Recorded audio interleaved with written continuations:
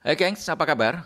Senang sekali berjumpa dengan geng semua. Salam kenal dan salam sukses dari BZenQ. Mari tetap menjaga semangat kita masing-masing, tetap pantang menyerah. Mari terus berbuat kebaikan. Ayo terus berburu kesuksesan dan selalu berpikir positif atas apapun yang sedang terjadi di seputar kita. Gengs, video kali ini akan bahas tentang bagan simpel untuk membuat perencanaan. Menurut pengalaman, ada beberapa pendekatan dalam membuat perencanaan. Ada pendekatan yang kompleks, dan ada pendekatan yang sederhana. Kali ini kita akan bahas mengenai pendekatan yang sederhana melalui pemetaan bagan perencanaan yang sesimpel mungkin. Gengs, kalau kita ingin merencanakan sesuatu, tentunya harus jelas terlebih dahulu apa sasaran utamanya. Harus jelas terlebih dahulu apa keinginan utama kita. Nah, kalau kita bicara mengenai sasaran, sebaiknya adalah sasaran yang menantang, bukan sasaran yang biasa-biasa saja. Apa itu perbedaan sasaran yang biasa-biasa saja dengan sasaran yang menantang? Dan mengapa kita harus berani membuat sasaran yang menantang? Apa tantangan-tantangan yang harus kita hadapi saat membuat sasaran menantang? Semua ini sudah dibahas di video-video yang sebelumnya. Oleh karena itu, bagi gengs yang baru bergabung, silahkan untuk mengakses video-video BZenQ yang sebelumnya agar bisa mendapatkan pemahaman yang kontekstual, yang komprehensif, dan tajam. Gengs, setelah kita tahu sasaran utama kita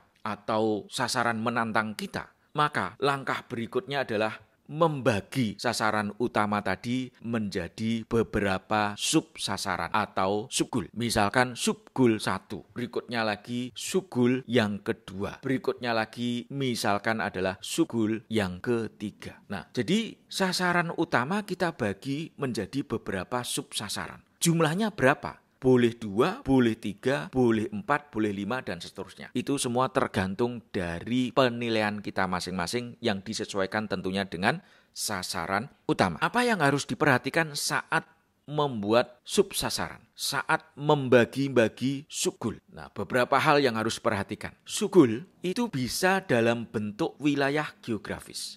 Pembagian subgoalnya artinya berbasiskan wilayah geografis. Bisa juga pembagian subgoalnya itu berbasiskan bagian ataupun departemen. Bisa juga pembagian subgoalnya itu berbasiskan proses, tahapan, fase. Bisa juga pembagian subgoalnya itu dalam bentuk waktu ataupun kombinasi di antara wilayah geografis, bagian atau departemen, proses, tahapan atau fase, dan waktu. Dan yang perlu diperhatikan, di setiap subgoal yang sudah kita tetapkan, sebaiknya ada objektif yang terukur di masing-masing subgoal sebagai indikator sukses untuk subgoal tersebut. Dan jauh lebih bagus lagi bila di masing-masing subgoal itu teridentifikasi 2-3 tantangan utama. Nah, ini yang harus diperhatikan. Nah, sekarang kita coba bermain-main dengan contoh, gengs. Misalkan saya menetapkan sasaran utama saya adalah meningkatkan penjualan YY% di periode bla bla bla bla. Itu adalah sasaran utama. Nah, untuk bisa mewujudkan peningkatan penjualan YY% di periode bla bla bla bla, maka saya akan membagi menjadi beberapa subgoal.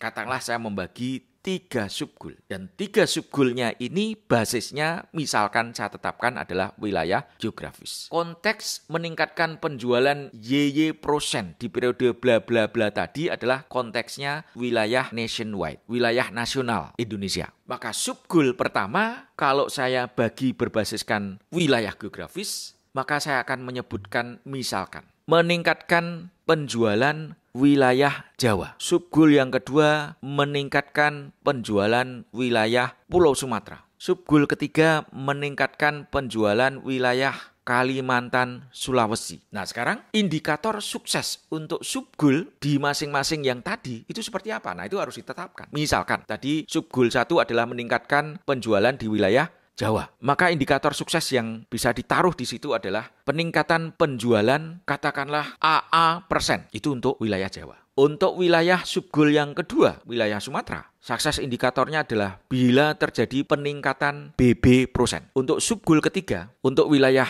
Kalimantan, Sulawesi, bila terjadi peningkatan CC%. Nah, kombinasi dari indikator sukses di masing-masing subgoal tadi, yakni AA %, BB %, CC %, itu adalah mencapai YY %. Nah, jadi sebaiknya di setiap goal itu juga ditetapkan indikator suksesnya. Jangan sampai tidak ada indikator sukses untuk masing-masing subgoal yang ada. Kenapa kita harus tetapkan sukses indikator untuk masing-masing subgoal? Evaluasinya lebih mudah. Mana subgoal yang bisa tercapai, mana subgoal yang belum tercapai atau tidak berhasil mencapai. Nah, selain itu harus ditetapkan 2-3 tantangan di masing-masing subgoal. Kalau Jawa tadi mau meningkatkan penjualan AA %, 2-3 tantangan utamanya apa? Kalau wilayah Sumatera tadi mau meningkatkan penjualannya BB %, apa kira-kira 2-3 tantangan utamanya? Demikian juga untuk wilayah Kalimantan, Sulawesi, pengen meningkatkan penjualannya CC %, apa 2-3 tantangan utamanya? Jadi berfokuslah di 2-3 tantangan utama, identifikasi dengan baik. Karena ini akan membantu ke proses yang berikutnya setelah subgoal. Jadi sekali lagi, gengs, kita harus identifikasi 2-3 tantangan utama di masing-masing subgoal yang ada. Nah, geng, sebelum berlanjut ke bagian yang berikutnya, katakanlah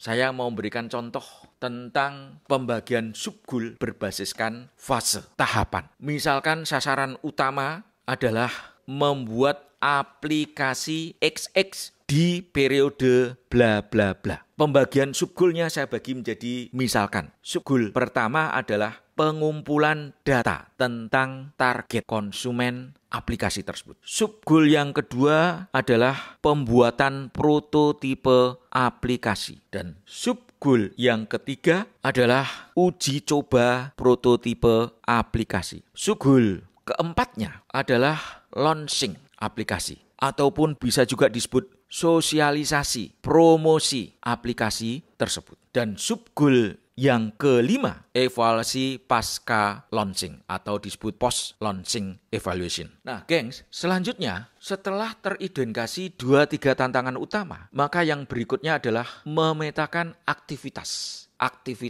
yang perlu dilakukan di masing-masing subgoal. Jadi di subgoal 1 aktivitasnya apa saja. Di subgoal kedua aktivitasnya apa saja. Di subgoal ketiga aktivitasnya apa saja. Nah, dari masing-masing aktivitas bila ada sub-activity-nya, maka kita juga menyebutkan subaktivitasnya dari aktivitas dalam hal ini adalah aktivitas ketiga, itu subaktivitasnya apa saja. Nah, kita petakan seperti itu. Gengs, tadi saya sampaikan bahwa sebaiknya kita mengidentifikasi 2-3 tantangan utama di masing-masing subgoal. Apa tujuan kita mengidentifikasi 2-3 tantangan utama di masing-masing subgoal? Karena ini mempermudah kita untuk mendeskripsikan aktivitas-aktivitas beserta subaktivitasnya. Kalau sudah jelas tantangan utamanya, maka tantangan utama itu dijawab dengan aktivitas apa, subaktivitas apa. Sehingga dengan demikian benang merahnya itu bisa didapatkan dengan